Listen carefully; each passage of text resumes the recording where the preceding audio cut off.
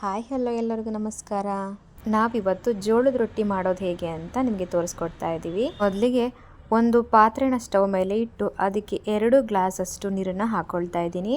ನಾನಿಲ್ಲಿ ಜೋಳದ ಹಿಟ್ಟನ್ನು ಯಾವ ಕಪ್ಪಲ್ಲಿ ತಗೊಂಡಿದ್ದೀನೋ ಅದೇ ಕಪ್ಪಲ್ಲಿ ನೀರನ್ನು ಕೂಡ ಹಾಕೋಬೇಕಾಗತ್ತೆ. ಸಮ ಪ್ರಮಾಣದಲ್ಲಿ ಇರಬೇಕಾಗತ್ತೆ ಅದೆರಡೂ.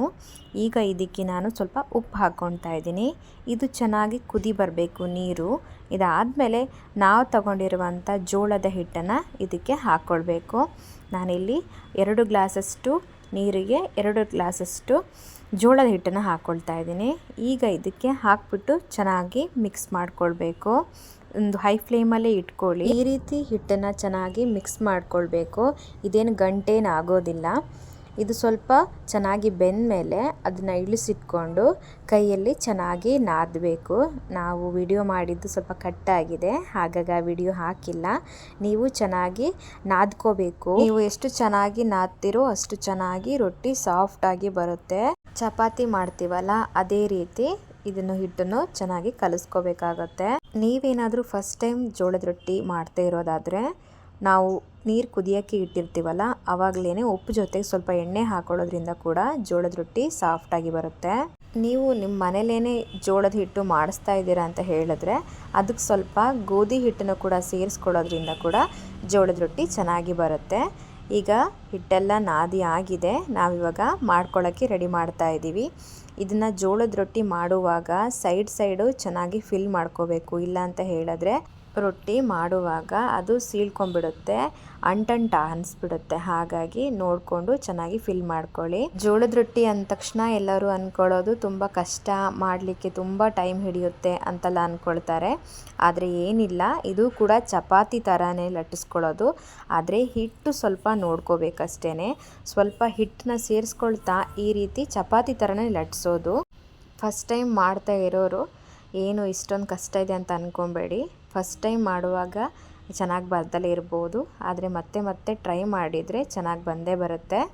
ನೋಡಿ, ನಾವು ಮಾಡ್ತಿರುವಂಥ ಜೋಳದ ರೊಟ್ಟಿ ರೌಂಡ್ ಶೇಪಲ್ಲಿ ಬರ್ತಾ ಇದೆ. ಅದು ಫಸ್ಟ್ ಟೈಮ್ ಮಾಡಿದಾಗ ಚೆನ್ನಾಗಿ ಬಂದಿರಲಿಲ್ಲ. ಆಮೇಲೆ ಹೋಗ್ತಾ ಸ್ವಲ್ಪ ಹಿಟ್ಟು ಚೆನ್ನಾಗಿ ನಾದ್ಕೊಂಡಿದ್ದಕ್ಕೆ ಚೆನ್ನಾಗಿ ಬರ್ತಾ ಇದೆ. ಈಗ ನೋಡಿ, ಚೆನ್ನಾಗಿ ಕಾಣಿಸ್ತಾ ಇದೆ. ಇದು ರೆಡಿಯಾಗಿದೆ. ನಿಮಗೆ ಎಷ್ಟು ಅಗಲವಾಗಿ ಬೇಕೋ ಅಷ್ಟು ಅಗಲವಾಗಿ ಮಾಡ್ಕೊಳ್ಳಿ. ದಪ್ಪ ಬೇಕಾದ ದಪ್ಪ ಮಾಡ್ಕೊಳ್ಳಿ, ಇಲ್ಲ ತುಂಬ ತೆಳು ಬೇಕಂದರೆ ಇನ್ನೂ ಸೈಡು ಎಡ್ಜಸ್ನ ನೀವು ಲಟ್ಟಿಸ್ಕೊಳ್ಬೇಕಾಗತ್ತೆ. ಜೋಳದ ರೊಟ್ಟಿ ಜೊತೆ ತರಕಾರಿ ಪಲ್ಯ ಹಾಗೆ ಒಡ್ಗಾರ ಅಂತ ಮಾಡ್ತಾರೆ, ಕೆಂಪು ಚಟ್ನಿ. ಅದು ತುಂಬ ಟೇಸ್ಟಿಯಾಗಿರುತ್ತೆ. ನಾವಿವತ್ತು ಪಲ್ಯ ಮಾಡ್ಕೊಂಡಿದ್ದೀವಿ ಇದ್ರ ಜೊತೆನೆ. ನಮ್ಮ ಮಲೆನಾಡು ಸೈಡಲ್ಲಿ ನಾವು ಅಕ್ಕಿ ರೊಟ್ಟಿನ ಜಾಸ್ತಿ ಮಾಡ್ತೀವಿ ಮನೆಯಲ್ಲಿ. ಆದರೆ ಜೋಳದ ರೊಟ್ಟಿ ಸ್ವಲ್ಪ ಕಡಿಮೆ ನಮ್ಮ ಸೈಡ್ ಮಾಡೋದು. ಆದರೆ ನಾವಿಲ್ಲಿ ರೂಮಲ್ಲಿ ಮಾಡ್ಕೊಳ್ತಾ ಇರೋದು ಯಾಕೆ ಅಂತ ಹೇಳಿದರೆ ಜೋಳ ತುಂಬ ಆರೋಗ್ಯಕ್ಕೆ ಒಳ್ಳೆಯದು. ಜೋಳದ ಹಿಟ್ಟೇನಿದೆ ಅದು ತುಂಬ ಒಳ್ಳೆಯದು. ಅದರಲ್ಲಿ ಹೆಚ್ಚು ಫೈಬರ್ ಕಂಟೆಂಟ್ ಇರೋದ್ರಿಂದ ಡೈಜೆಷನ್ಗೂ ಒಳ್ಳೆಯದು, ಹೆಲ್ತ್ಗೂ ಒಳ್ಳೆಯದು. ಹಾಗೆ ಡಯಟ್ ಮಾಡಬೇಕಂತ ಯಾರ್ಯಾರು ಅಂದ್ಕೊಂಡಿರ್ತೀರಲ್ವ ಅವರಿಗೂ ಕೂಡ ಇದು ಆರೋಗ್ಯಕ್ಕೆ ಒಳ್ಳೆಯದೇನೆ. ಈಗ ನಾನಿಲ್ಲಿ ಕಾದಿರೋ ತವಾದ ಮೇಲೆ ಈ ರೊಟ್ಟಿನ ಹಾಕ್ಕೊಳ್ತಾ ಇದ್ದೀನಿ.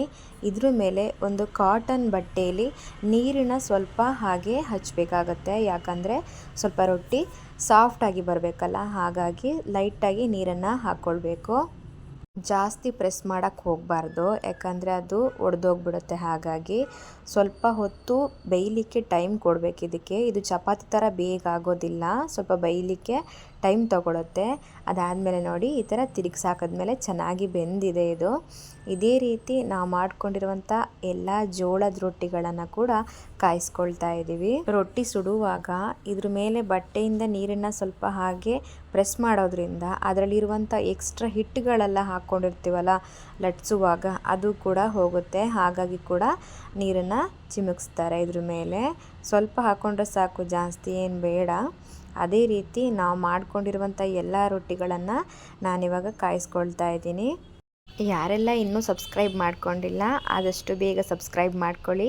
ಹಾಗೆ ನಿಮಗೆ ಈ ಜೋಳದ ರೊಟ್ಟಿ ಇಷ್ಟ ಆಗಿದ್ದರೆ ಒಂದು ಲೈಕ್ ಮಾಡಿ. ಜೋಳದ ರೊಟ್ಟಿಗೆ ಎಣ್ಗಾಯಿ ಬೆಸ್ಟ್ ಕಾಂಬಿನೇಷನ್. ಅದರಷ್ಟು ಟೇಸ್ಟ್ ಯಾವುದೂ ಇರೋದಿಲ್ಲ. ನಾವಿವತ್ತು ಎಣ್ಗಾಯಿ ಮಾಡಲಿಕ್ಕಾಗಲಿಲ್ಲ, ಆದರೆ ನೀವು ಮನೇಲಿ ಟ್ರೈ ಮಾಡಿ. ಜೋಳದ ರೊಟ್ಟಿ ಜೊತೆ ಎಣ್ಗಾಯಿ ಮನೆಯಲ್ಲಿ ಮಾಡಿಕೊಡಿ, ಎಲ್ಲರೂ ಇಷ್ಟಪಟ್ಟು ತಿಂತಾರೆ. ಇವತ್ತಿನ ನಮ್ಮ ರೆಸಿಪಿ ಜೋಳದ ರೊಟ್ಟಿ ರೆಡಿ ಆಗಿದೆ. ಎರಡು ಸೈಡು ತುಂಬ ಚೆನ್ನಾಗಿ ಕಾದಿದೆ. ಎಲ್ಲ ರೊಟ್ಟಿಗಳು ತುಂಬ ಸಾಫ್ಟಾಗಿ ಬಂದಿದೆ. ನಮಗಂತೂ ತುಂಬ ಇಷ್ಟ ಆಯಿತು. ನೋಡಿ, ನೀವೇ ನೋಡ್ತಾ ಇದ್ದೀರಲ್ಲ, ಎಲ್ಲ ತುಂಬ ಸಾಫ್ಟ್ ಇದ್ದಾವೆ. ನೀವು ಕೂಡ ಮನೇಲಿ ಈ ರೀತಿ ಒಂದ್ಸಲ ಟ್ರೈ ಮಾಡಿ ನೋಡಿ. ನಿಮಗೇನಾದರೂ ನಾವು ಮಾಡಿರೋ ಈ ರೆಸಿಪಿ ಇಷ್ಟ ಆಗಿದ್ರೆ ಲೈಕ್ ಮಾಡಿ, ಸಬ್ಸ್ಕ್ರೈಬ್ ಮಾಡಿ. Thank you for watching.